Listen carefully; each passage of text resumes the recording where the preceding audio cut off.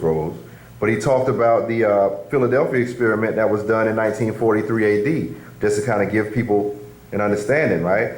They used the knowledge of that spooky action at a distance as well. And what ended up happening is once they did that Philadelphia experiment and they jumped from 1943, you had somebody who had just got married. And his emotions connected him to the point in which he got married after they jumped in time. And because mentally and emotionally he was still connected to a point and place within that matrix, like my brother was talking about, point of reference. that reference that he had as far as his emotion taking him there, it was strong enough to be like a magnet to take him back. Literally. And that's what happens with some of our ancestors, as our master teacher has taught, that some of them get into a position where because their desires and things of that nature still kept them here, right? Or it still locked them into not being able to ascend beyond being here. So they're actually left in a place of, what's the word I want to use? I don't want to say torment because it turns into some hellfire stuff. Like limbo or something. It's not limbo, but they're actually in a position to where they are being held in abeyance. That's exactly what it is. Tone, sound, DNA molecules, vibrational frequency. It says they're being trapped. They're being held in abeyance into worlds that they're not familiar with.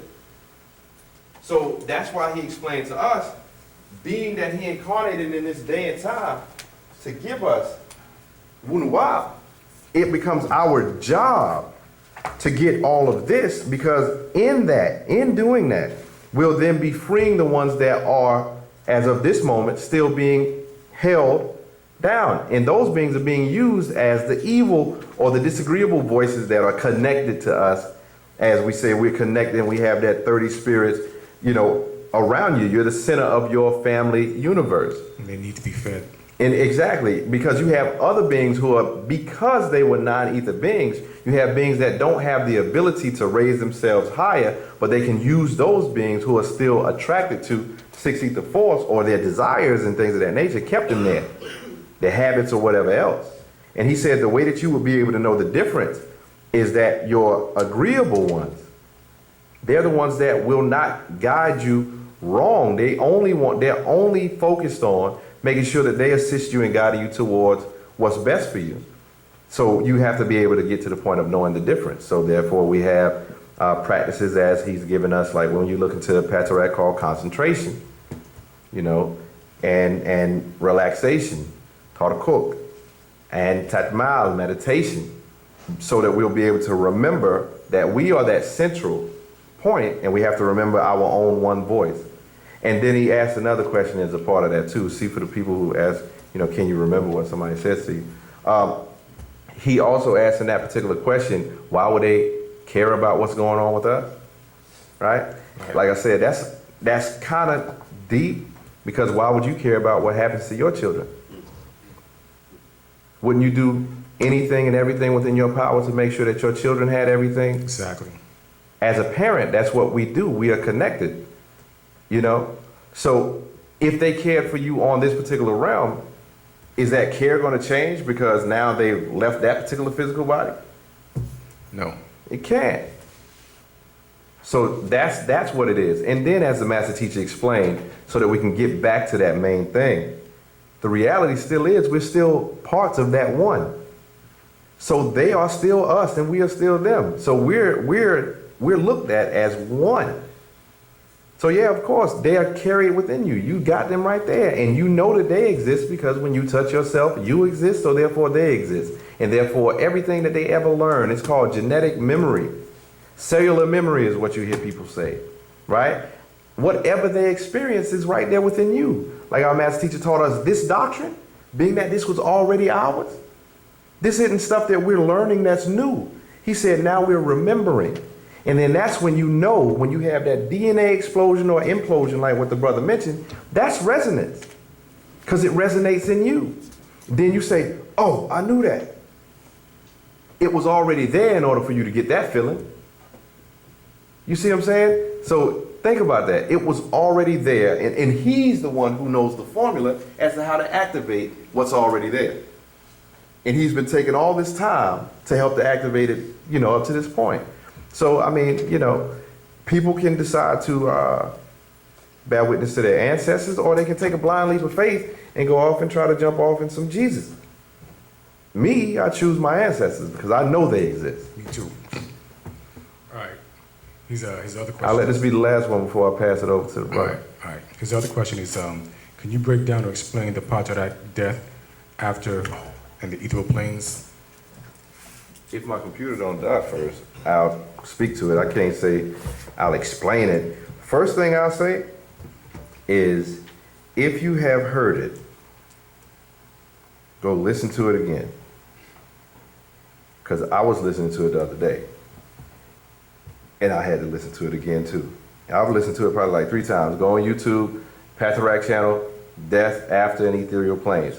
So if they're asking what is it about, it's basically about death after and ethereal planes. Not trying to be facetious, not trying to be funny, but that's really what it's about. Let's see. He talks about within there about what's happening when you're going through that moment of transition. He explains it in such detail, like in the 7th verse, it says, let's see. In verse 6, it says, this is what happens when you die. First you feel a lift, then you slide. If you have life force, you will see your flesh beneath you as you slowly move away. They will feel you but not see you unless one has higher vibrations.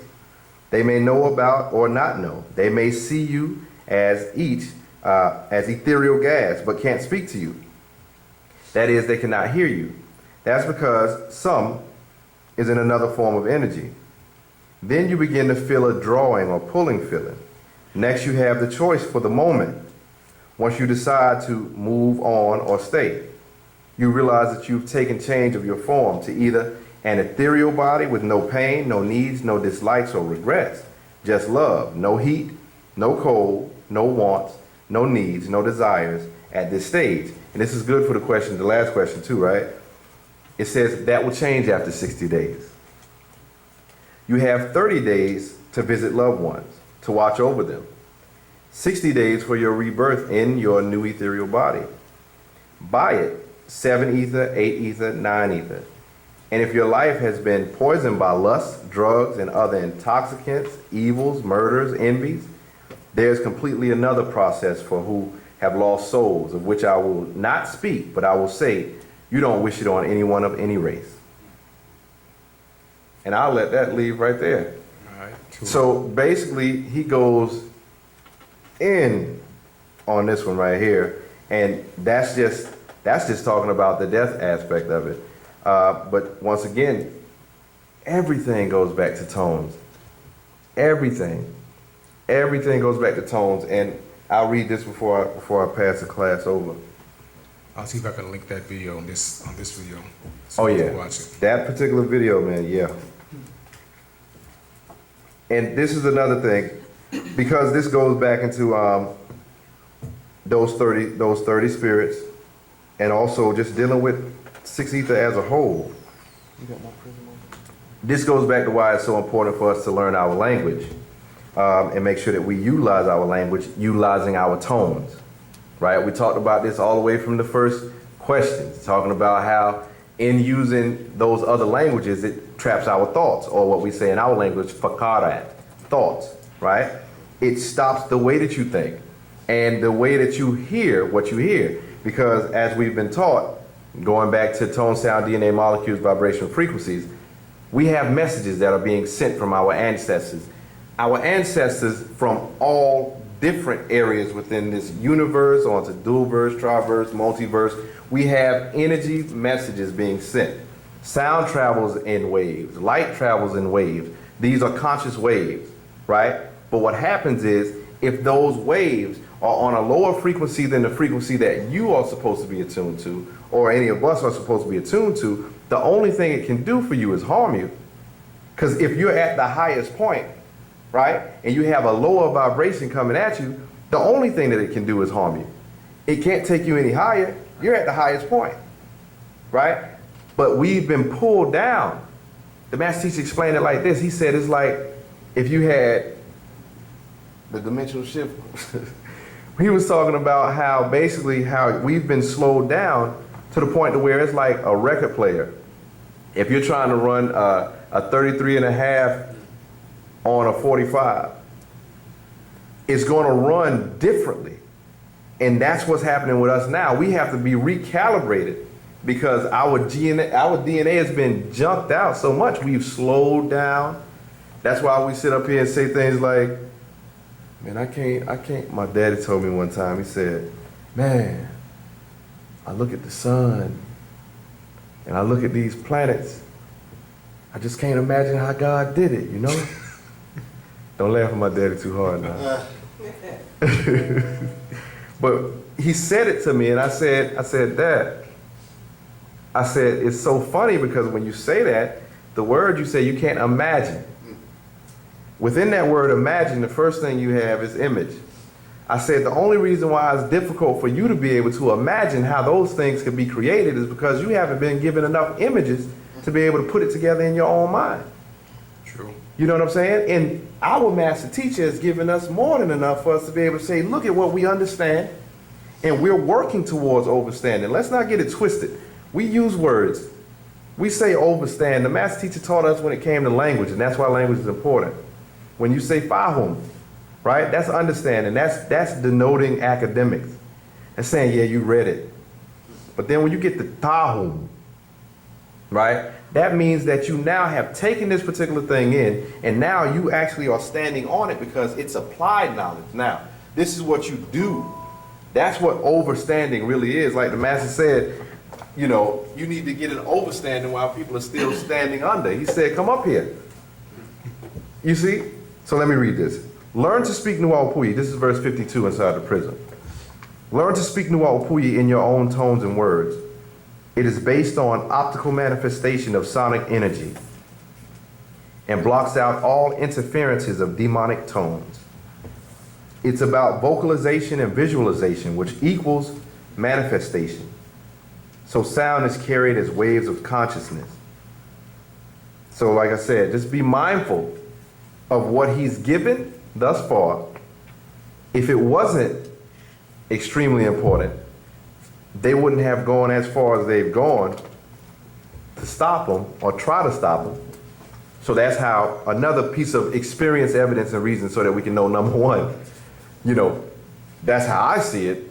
It reasons out that he's definitely dangerous to them. They didn't come that hard to try to come and get you. I can add on to that. I remember doing one of the court cases when they wanted to take the plea bargain, and most people don't know this. When we was in the court, they wanted him to say, as part of the plea, you have to say that everything you've been teaching over the years is a lie. I remember. And he said, I will not, because it's not a lie. And see, and it's so funny. It's so funny because that's what we end up having. See, as Nuwaupians, and I'm gonna say this in past class, as Nuwaupians, there's one thing that we do realize that we have to deal with, those of us who know. We have to deal with the fact that we stayed with the master. Some of us that came in, like myself, came in after all of this had already happened. So now we have to deal with, you know, a little ridicule or whatever else like that. Say, oh yeah, but he pled guilty on a YouTube video I saw. Yeah, right? They don't know the mechanics I said, of that. yeah, right. I said, but the reality still is, you don't know about how they tortured him and who else he was protecting that was also locked up at the time. So my thing is, do your due diligence on him. And really, before you start talking about our master, go and do your due diligence. People are really quick to say, it's so funny. You got conscious people, so-called conscious community. They will take everything that the white man said about a brother, Yeah. right? Won't go and do due diligence themselves about the brother, right? And even though some of the people who are his students may be jacked up, yeah, look, that's a doctor. That's We in sick. every nation. We sick. Won't you do your due diligence? You know what I'm saying? Don't you find it contradictory to say that you about black power, but then when you see that a black God has done everything he's done, and then the white powers that be try to come down on him, how you gonna be a brother for real on some black power, whatever else, you hooroo, however else you wanna spin it, red, black, and green, and then now you standing on the other side slandering a black man? Yeah. and you believed what the Caucasian said. That goes against what you say you're about. Remember, he still came here for you, regardless of whether you were slandering him or not. He's still here for you. Question is, are you here for him? Okay. Keeping that momentum going. Next question.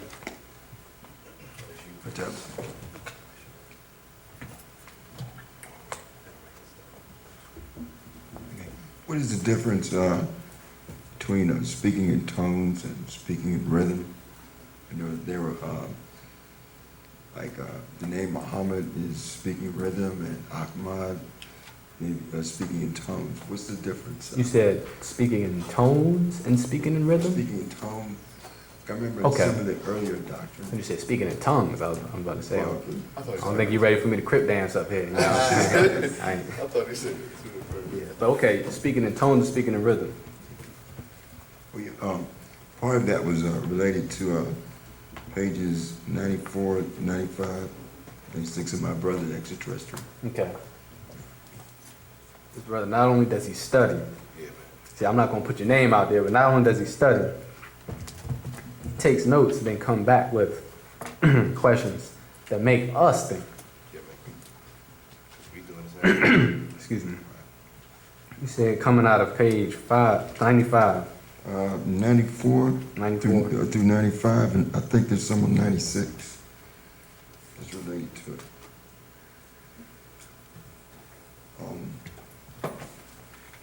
Just wanted to know, does speaking in rhythm come later, or did we speak in tones first? Yes. Okay. I'm going to start off with your question directly. We haven't received the information like that. The way it's always been taught was speaking in tones and rhythm, right? So I'm directly addressing that part first. Excuse me. Have you sit down. So when you say speaking in tones or speaking in rhythm, the way it was always taught was speaking in tones and rhythm.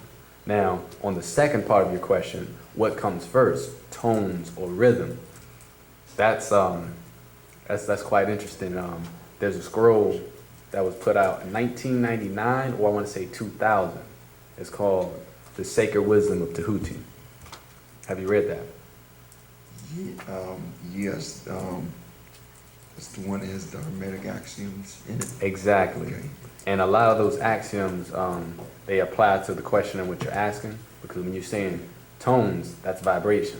That's one of the doctrines that the Supreme Grand Hierophant Tahuti taught his students, right? When you say rhythm, Right. that's another one of the laws in which he taught. So when you start first on vibration, the mind is all and everything vibrates, right? Right. So the mind is all and everything vibrates. It comes to a point in which you realize when you're dealing with tones, right? When you're dealing with tones, he explained to us that you have, just like in electromagnetic spectrum, we speak about this last class, just like in with tones, there's a certain decibel in which you're dealing with a higher pitch or a lower pitch, he explained in the class, in which the human ear cannot pick up. You heard of a dog whistle, right? Yes. You know, you blow the dog whistle, and there's other animals that can actually catch on to that, but we can't. Now, that again, confirming its existence. You see?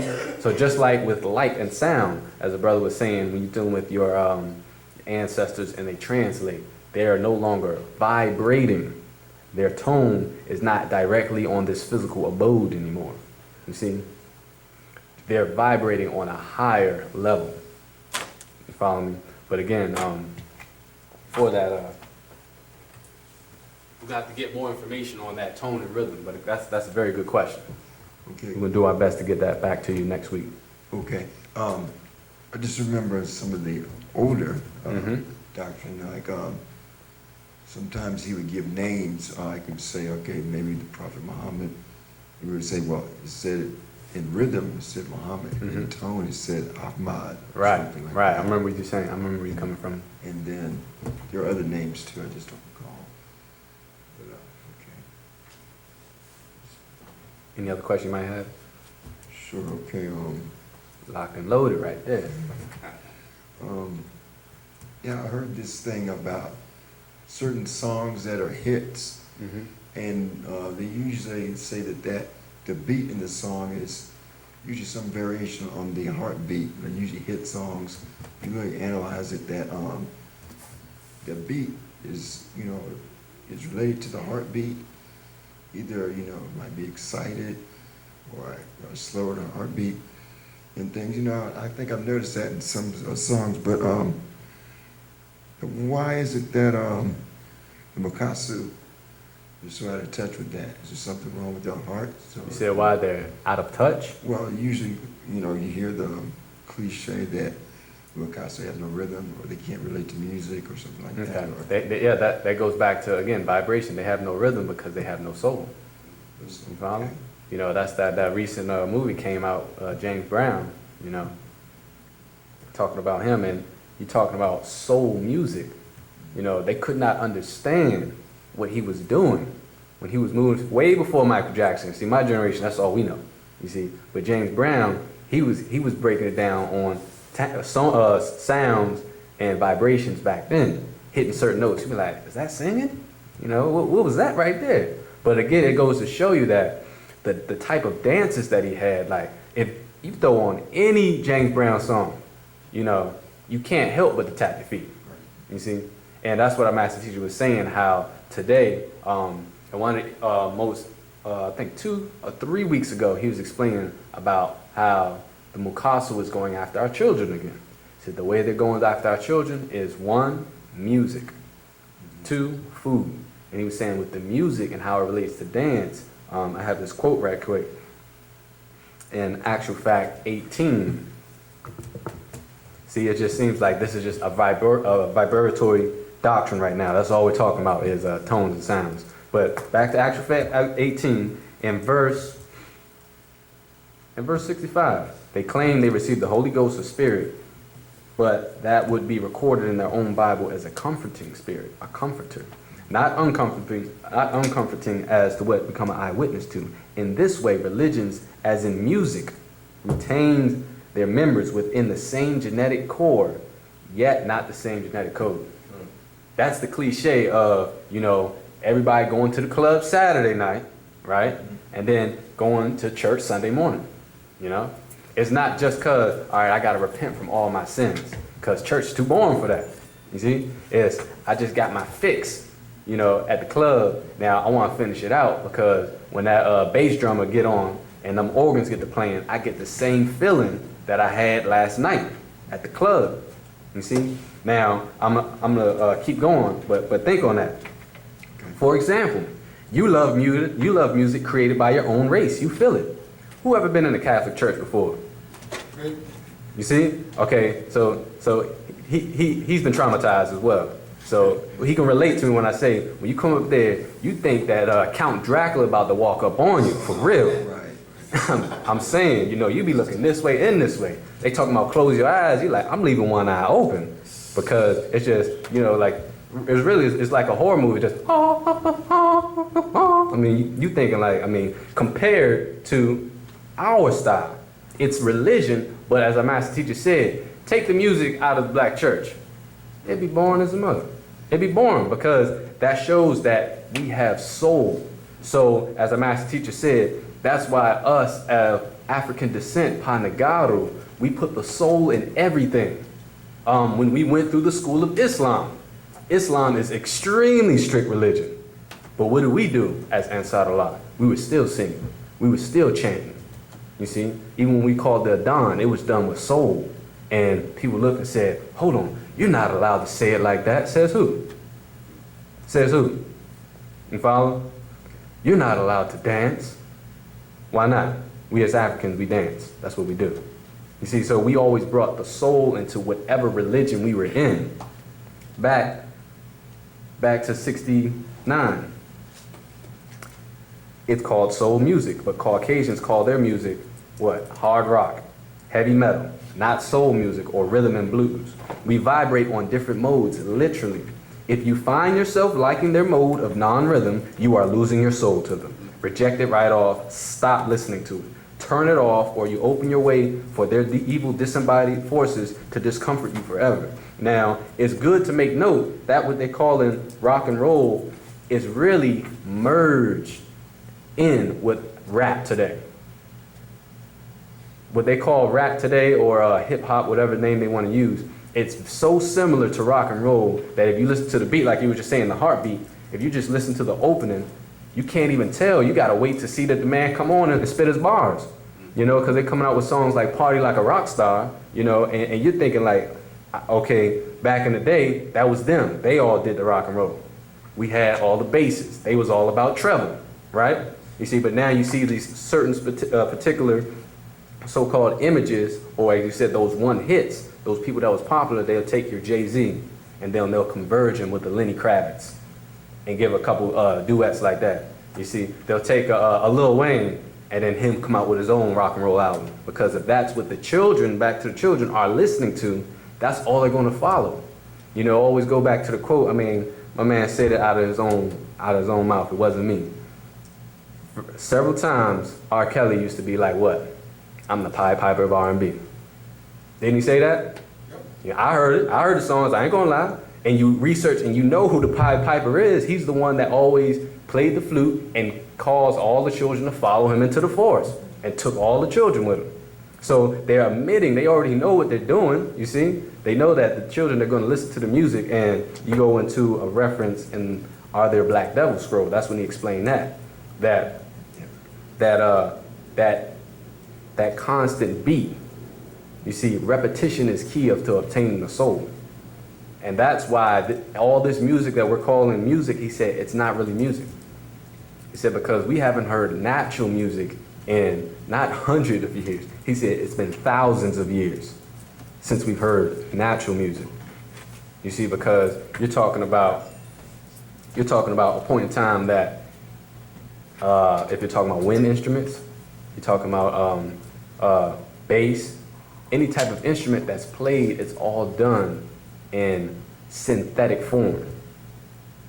It's all done in synthetic form, especially today. Everything's electronic. So you take, your modern song, they'll take a beat and then they'll loop it, and that's the key right there. Once they loop the beat, the soul is no longer there. The emotion is no longer there. You see, we are, as the younger generation, we're having hard times trying to communicate with each other. We got these powerful thumbs playing video games and texting. We can text faster than we talk. But then you sit up there and then you're with the person that you were just texting and you're having a hard time actually speaking to them, because when you're texting, you're writing things down, the emotion is lost compared to you actually physically having a conversation. So you see, really, they're changing our mind frame of how we think, you see? And then when you talk about the music, all I gotta say is just watch it and you'll see the difference. But between Caucasians, there you put their top dancers, at one point in time, I don't follow it so much. What's his name? Justin Timberlake? Or what's the new one? Bieber? If they're the top dancers, he said, put on a James Brown song and see them try to dance to that. See, because this new music is not rhythmic, it's not real music.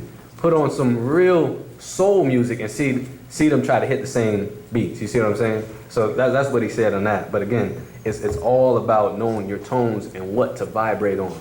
Because you're listening to certain tones are healing tones. And as he said, other tones are destructive tones. You ever hear that white noise if the TV's on in another room and it's like gets so loud, it just gets annoying? You see, those, as he said, certain tones are destructive tones. Okay. I've noticed about some music, I've heard they talk about backwards masking, probably heard that, they got the double messages, on some track. And I never heard it until if it's playing in another room or outside in something, and you can hear it then. I don't know if you know what I'm talking about. I'm familiar with it, but it's like it has to be distant. If it's in the same room, you might not hear it. But like I've heard cars pass by and you're playing, and the beat just sounds. It's scary. It's demonic. It might be a rap song or something, and, But if you heard it in the same room, you wouldn't hear that track. Right. Just in the day and time we're in now, everyone knows this is Babylon. that all that land of Nod stuff that Enlil set up, it's setting up again. It used to amaze me when I first got into doctrine and the scrolls I read, my first one, What and Where is Hell, Are There Black Devils? And again, people see things that a master teacher say back then as far-fetched. I remember the images like it was yesterday of what he used to call the 200 fallen angels. And you can go back and you look at the images in which he had drew of the 200 fallen angels, and he was like, these are your punk rockers. And you were thinking like, okay, that's crazy. Nobody dressed like that. But nowadays, you see people walk down the street and you be like, yo, is this a television show? I mean, am I being punked right now? Is this real? The way that people are putting tattoos, it used to be, tattoo on the arm, tattoo on maybe on the neck. They say, look, man, I'm using my whole body. I get a tattoo on my face right here. I'm gonna get a tattoo on my lip. It's everywhere. And you're seeing that as like it's gothic, real, And then it becomes like it's an addiction to the form that I can't just get one piercing. I gotta use every space of skin on my body to put a hole in it. But that goes back to the dimensional shift, that everything you do to your matrix, your body, everything you alter is recorded. Every time you adjust it and alter it and add to it and take from it, it's all recorded. So you want to be extremely careful about that. Any other questions? Oh yeah, my brother said that was your reference right there from the earlier question, Raphael. So definitely get a chance. Take notes. All right, this question is from a brother named, before I ask this question, you were saying something, reminded me of something that the master said one time. He was telling us about how the Caucasian learned rhythm. He said how they learned rhythm was back, I don't know if anybody remember when aerobics first came out. Mm-hmm. And he said aerobics was, there was a 4-counter, everything of aerobics, and it's how the music was, say 1, 2, 3, kick, 1, 2, 3, jump. Right. He said they learned to count the rhythm or count the beat. So that's how they learned how to dance. So it seems like they have rhythm, but he said it's a mechanical thing where they memorize how to count the beat. So it seems like they have rhythm, but they really don't. He said it took them like 50 years to learn that. He said it literally takes them 50 years to catch up to us. Anything we do naturally, but it takes them 50 years to copy that. So remember that. All right, but here's the question from the brother Unas Lawson. He says, Hatep Yasar, does anyone know the difference between the dream world and this reality according to Wu-nuwaup? Well, as he said, the difference between the dream world and this reality, the question is always, it's a good question, and it shows that, he's at a point in level where everyone at least asks that question once, and like, how do I know that this is the real world, and, I'm not dreaming right now? And, people say, simply pinch yourself. Then you gotta think back. You ever pinch yourself in your dream and you wake up? No. There's times that you probably got hit, you done fell over, you see? And Falling. You falling, I always wake up at that point. But it's certain things that that happens to you, to be real. You ever flew in your dream? Yes. You many fly, times. and how realistic does it feel? You see, you get scared in your dream, you wake up, some people, they wake up sweating, some people wake up crying. So as a master teacher explained in the Mysteries of Ma'at tape, happened to be the first class that opened me up, he explained that the reality is you have 3 consciousness. You have the, as he said, you have the subconscious, you have the consciousness, and then you have what you call the super consciousness. Yeah, Or okay, I basically, remember that. you remember that class? You have now, and then there was another class where he broke it down another way. He said you have now, which you're existing now, then you have your then, as in back then, and then you have your then to come. Future. So basically, all of those work simultaneously. So whenever the question is asked about the dream world, your brain being a computer holds a certain amount of memory. Now he said you're the God and you choose what you choose to download. With you taking in as information and or outformation. So you get to a point where you're taking things in. As kids, you stay up, with your big brothers and your parents, and you go on and watch that horror movie. Then you go to sleep that night and you have a scary dream. As the master teacher said, what your body is doing, what the mind is doing, is you're dreaming out your memories. So you don't hold, useless memories. You dream out a lot of your experiences. So on that topic of dreams, it always gets touchy and real spooky where people say, well, can you explain to me my dream? The master teacher said the best advice is write down your dreams. And you writing down your own dreams, you can analyze and see that 80% You see, 80% up to 75% of your dreams is just your experiences between the last 48 to 72 hours alone. And if you sit down and you really think about things happening, you be like, oh, I was just thinking about that. Or, yeah, I did see that yesterday. And then on the other side, it said, how do you know the difference between your dreams and your reality? That you're going back into Pt.3, the mind's eye, which I so happen to have right here. So, What verse is that? I'm going to start at verse 8. I'm going to jump around. It's interesting that, whenever you hear someone say they have a vision, it always relates to them, which goes back to their mind's eye. What you think is what you are. You never hear the other way around. You never heard a Muslim say, yo, the Lord Jesus Christ came to me. Right. Why? Because he never experienced, not in its reality. As a master teacher said, when you were young, you had to be taught how to pronounce the word God. You had to be taught how to say Allah. So think about it. Before Allah was introduced to you, did he exist? No. You see? Before God was introduced to you, did he exist? So many people claim they see disembodied beings. Many people claim they see ghosts. Many people claim they see relatives. Most see all these according to what they fear and or believe. If they belong to a Za'am religion, they always see it from their own faith. Christians, they always see what they accepted in the New Testament. Satanists always see what they accepted from Satanism. Yoruba and Santereans always see what they accept in Yoruba, so on and so forth. Jump over to 25. Some even have created in the mind's eye things to see, monsters and the likes. You see, all you hear, all you experience in your mind's eye becomes real to you. So when he's asking the question about if this is the real world or the dream, what's the difference? It's all your reality. You see? So you're able to retrieve them at will, and like an undeveloped film on your file in your subconscious mind, you pull them up and process them as real. And so far as children, wet the bed. And they wake up and say, I'm sorry, Mom, I swore I was on the toilet in my dream. You get a little older, you stop wetting the bed through urine, you start doing something else, and we ain't gonna go into that. But so it just shows that what we think to be real in the dream world, it is real on this side.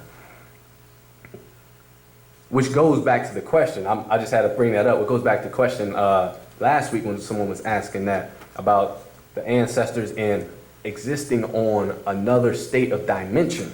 You see, because when you're dreaming, your body is producing serotonin. And serotonin is like almost a paralysis where it kind of shuts your body down not to move. So as you're having these dreams, even though it's happening in your mind, your body isn't, you're getting chased and then, you're running unless you have a deficiency, and then you have those who sleepwalk because their body is playing out what their mind is telling them what is real.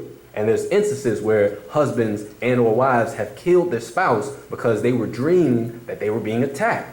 You see? So to keep going, when they could have only been a dream or an exaggerated in a dream state, fear or trauma or terror. Some things or someone frightens you and the mind's eye exaggerates it into what you think you saw or felt.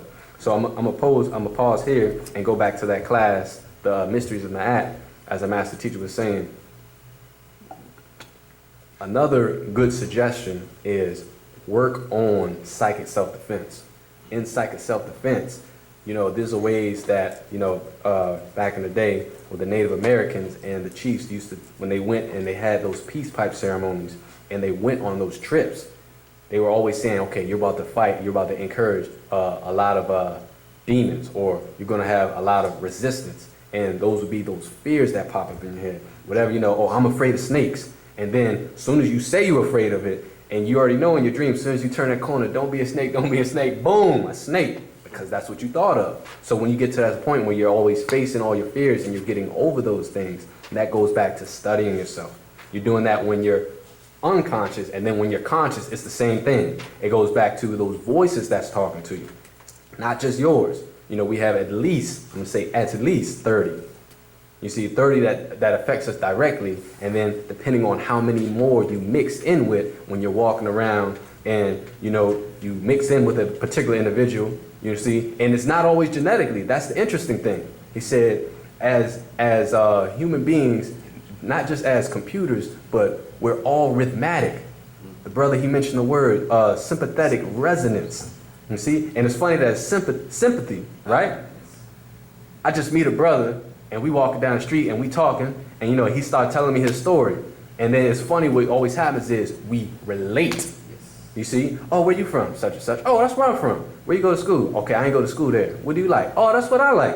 You start finding what you relate to, what you don't relate. But the thing is, no two individuals are the same. So as he explained, you know, be it a spouse, male or female, or it can be with friends. You didn't even mix in genetically. You have certain friends, and your father, your mother used to tell you growing up, or your girl say, I don't like you hanging around them. Because whenever you hang around them, you start acting like this. You change your vibrations. You follow me? So again, it always goes back to tones. It's going to come back to sounds. And you study a little more, you'll find some vibrations in there. So again, we'll end class on that note. We appreciate everybody coming out and all the questions online. Please keep studying and please keep answering questions because that's part of the formula in which we're all trying to put this puzzle together. As we say in our language, Tawukum Wu-nuwaup. Yes, sir.